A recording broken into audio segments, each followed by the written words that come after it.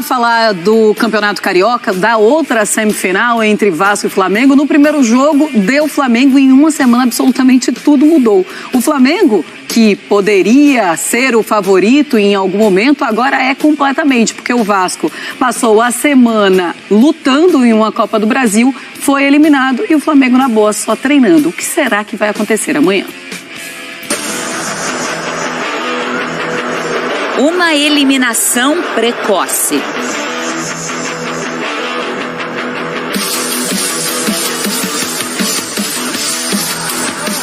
Pressão. E outra decisão pelo caminho. Esse resultado traz um peso, mas aí envolve a maturidade da gente como equipe saber virar a chave. A gente não pode fazer mais nada sobre o que aconteceu aqui, infelizmente.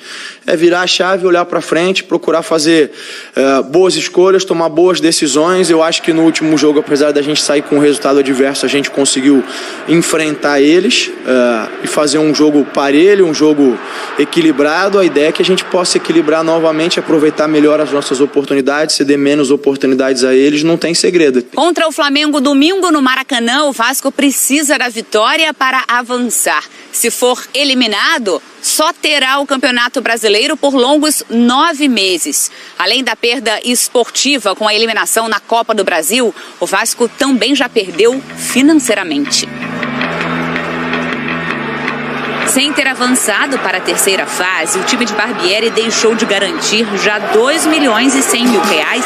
O campeão da Copa do Brasil este ano, se tiver iniciado desde a primeira fase, pode receber até R$91.800.000.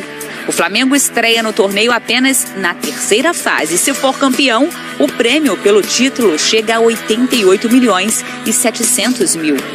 Na Libertadores, o rubro-negro começa a disputa na fase de grupos e, se for campeão do torneio com o acúmulo de premiações, pode faturar cerca de 147 milhões.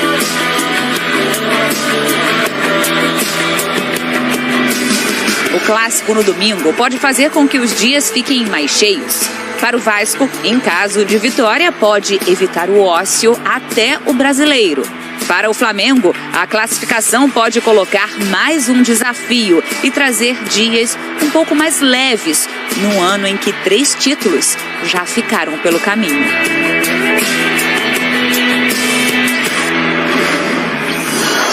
Faz de esportes, então a gente coloca para vocês os números do Pedro Raul e do Pedro nessa temporada. O Pedro Raul em 11 jogos tem 7 gols, a média de gols por jogo de 0,63, 3 assistências. O chute vai marcar 6,8. E o Pedro do Flamengo tem 11 jogos, 11 gols em 11 jogos, então a média de 1, né? A assistência, ele tem 2 assistências, uma a menos do que o Pedro Raul. E ele chuta menos também para marcar 2,9, é mais eficiente. A gente lembra que o Pedro Raul perdeu 3 pênaltis já com a camisa do Vasco.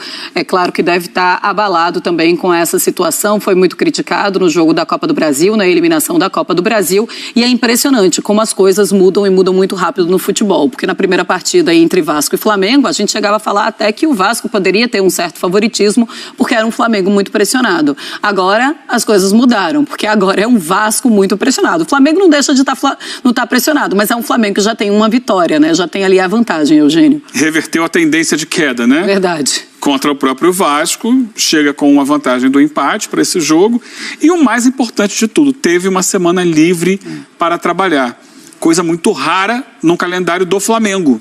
O Flamengo joga demais. Esse ano mesmo, né, já disputou Supercopa do Brasil, Mundial de Clubes, Recopa Sul-Americana, fora os jogos de Campeonato Carioca, um atrás do outro. Então, respirou. Respirar significa descansar um pouco, mas tempo para o técnico trabalhar o time. Olha aqui, posicionamento, vamos trabalhar jogadas, saída de bola, no ataque, vamos alternar a jogada, como o André, comentarista lá, meio campo do Fluminense, fez, né? Começou a jogar mais pelo lado do campo, não só pelo meio, então a hora a gente vai jogar por dentro, a hora vai jogar por fora. Então, essa é uma enorme vantagem para o Flamengo, que já tem um time melhor, já chega com a vantagem e, por outro lado, enfrenta um Vasco destroçado.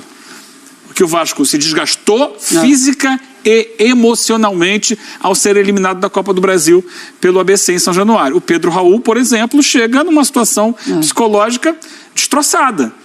Porque ele já tinha perdido um pênalti contra o Flamengo, no jogo que o Vasco venceu, né? não esse último, né, o Sim. penúltimo. E aí aquele pênalti que seria o da classificação contra o ABC, ele perde, então ele chega com uma cobrança enorme. E o Pedro Raul, por exemplo, não tem reserva no Vasco. É um elenco em formação. O Vasco ainda está contratando. Inclusive, essa semana saiu a notícia aí, né? Que o Paulo Brax, que é o executivo da SAF do Vasco, está fechando mais 3 ou 4 reforços aí, porque essa era a programação. Analisar o time durante o estadual e trazer peças para encaixar dentro da necessidade. Eu acho que essa é uma necessidade. Pedro Raul é uma peça fundamental. O time do Vasco foi pensado pelo Barbieri a partir de usar o Pedro Raul, a sua característica de jogo, a sua condição física, atlética, para fazer dele uma âncora ofensiva.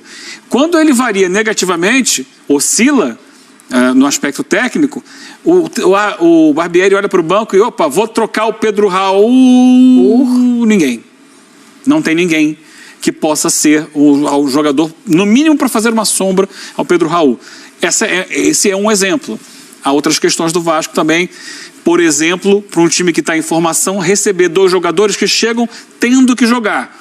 O Andrei Santos e o Marlon Gomes, que vêm com muito cartaz, campeões sul-americanos, jogando bem pela Seleção Brasileira Sub-20. E o Andrei numa situação ainda do Chelsea. Não, tem que jogar.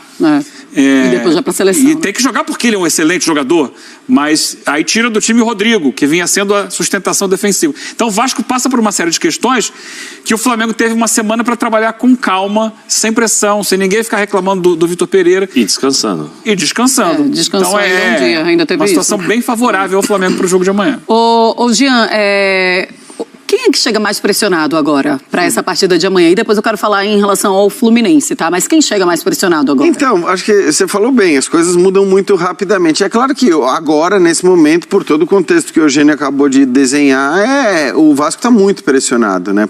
Porque é muito pesado. Tem um peso muito grande a eliminação na Copa do Brasil.